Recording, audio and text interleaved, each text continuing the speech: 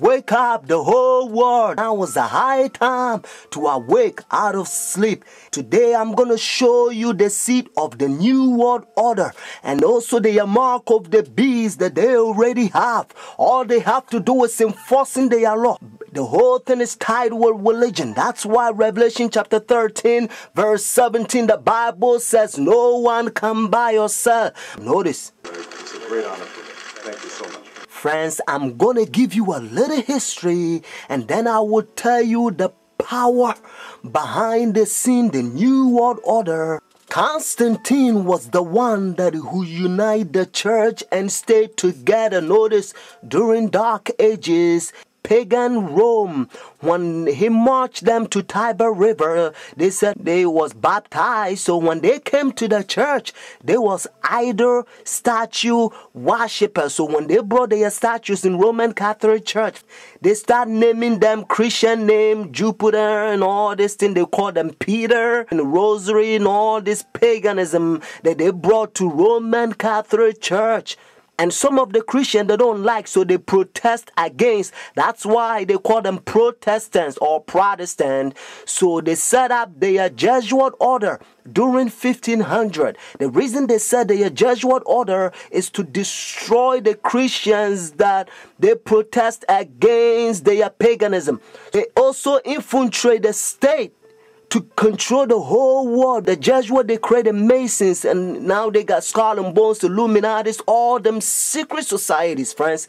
They control the whole world. And what is Obama and all them powers, they all belong to secret societies. I love everybody. I don't have a choice if I want to go to heaven, but I got to tell you the truth because the whole thing is tied with Bible. The church and state is going to unite in the last days and they will bring the mark of the beast that the Bible says. So notice. You came from circumference handed me down. I did, your old country. Yes. And it was successful. Successful? We have some decisions. It's not so easy in this place. The Iraq War has been another foreign policy challenge, beginning with John Paul's papacy. Other foreign policy priorities for Benedict include pushing for peace in the Holy Land and decrying rising secularism in Europe. He's also been quietly working to establish relations, something that was not possible during the last papacy, largely because of John Paul's role in the fall of communism in Poland. The Chinese obviously didn't want John Paul II running around China doing the same thing. Pope Benedict is not that kind of a threat to China. Most of the time, in places around the world, Vatican diplomats work outside the spotlight, where experts say they often have an advantage. Some question how much government leaders of today truly listen to what the Pope has to say. And that, observers say, is a moral authority that can't be measured by economic strength or military divisions. A moral authority Benedict hopes to draw upon when meeting with U.S. officials and speaking before the United Nations. I'm Kim Lawton in Washington. Now we can see a new world coming into view. A world in which there is a very real prospect of a new world order. Pope Benedict XVI is calling for a new world financial order. A document entitled Charity and Truth was released just hours before the G8 summit. Friends, the Jesuit order, they also infiltrate every religion, especially Sunday churches. That's why Revelation chapter 17 called this power whore. Notice, the mother of harlot. Jesus Christ is the one who died for the whole world and he's drawn everybody to himself. But this power, they don't want you to go to Jesus Christ. They want you to go to them and confess your sin to them. So notice what Revelation chapter 18 says. And they also infiltrate the kings, presidents. So notice. And he cried mightily with a strong voice, saying, Babylon the great is fallen and is fallen, and is become the habitation of devils, and the hole of every foul spirit, and the cage of every unclean and hateful bird. For all nations have drunk of the wine of her fornications. And notice, and the kings of the earth have committed fornication with her. Friends, now I'm going to tell you their mark. Notice this power, the mark of the beast. Because notice, if the Bible says the mark of the beast, means this power has a mark. The beast is a language that God is using for this power. And they themselves, they says in their own book, the book of Catechism, the old version, notice, they says Sunday worship is their mark of authority.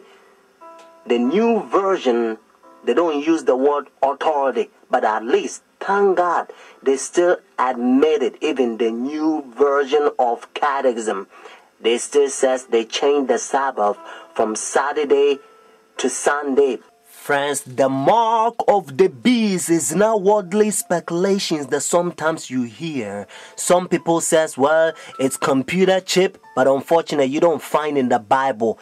And some people says, it's 666. But according to Revelation 13 verse 18, actually 666 help you to find the beast. What I mean is to identify the beast. But the Bible says the mark. The reason why I repeat and I kind of stretch it because I don't want you to miss it. It's a deception.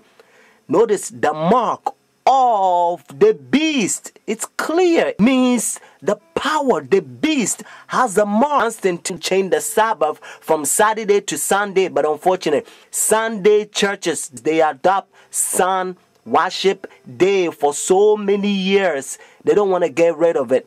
But actually, it's a pagan sun worship day, Sunday worship. Look, even the spellings, you'll find out. Matter of fact, if you look at your calendar, Sunday is always begin as the first day of the week. Unfortunately, they will skip, and some people, they don't know, they will count Monday as the first day of the week. Because according to Revelation chapter 12, verse 9, the devil will deceive the whole world. So it's a deception. So a lot of people, the devil, he's in the process blinding the people, including the Christendom. Friends, if you go to church Sunday, notice the first day church, now you don't have the mark of the beast according to Revelation 14 and 13 unless the law is enforced. That's why now you hear different country, they try to forcing the people to now sell or do anything on Sunday because they try to enforce the law. But according to Bible, notice United States is the one who's going to cause the whole world to worship the beast. Their sun worship day means Sunday worship according to Revelation 13. So whenever United States enforce the law, then every country also going to enforce because they control the whole world. Every president on the Roman Catholic Church. Friends, Saturday is always the Sabbath, the 7th day of the week. Notice, and again, it's always Saturday. And that's why the Bible says the 7th day is the Sabbath.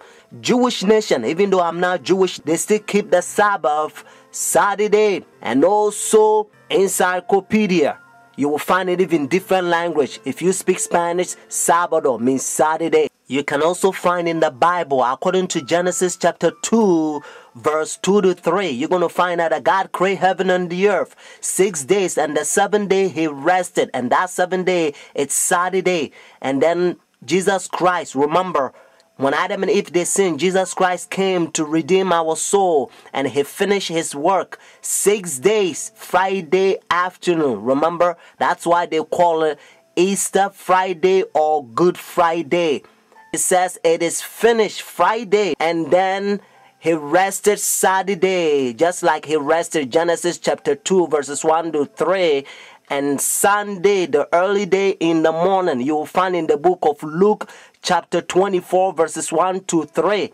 You will also find in Luke chapter 23 verses 50 to 56. The 7th day is always Saturday until Constantine 321. He changed it from Saturday to his own pagan sun creation worship day. The devil behind the scene. You are about to see the power. God is going to fill us with his outpouring just like he did it for the first century, the Apostle Church. And then we're going to go forward and preach the loud cry. The third angel's message. We're going to protest against their pagan sun worship day. Means their Sunday worship. And then Jesus Christ will come, just like Bible says, if the day is not short, no flesh will be saved. But for the elect's sake, means those who take a stand, the day will be shortened. Friends, this is a beautiful time in history because we only want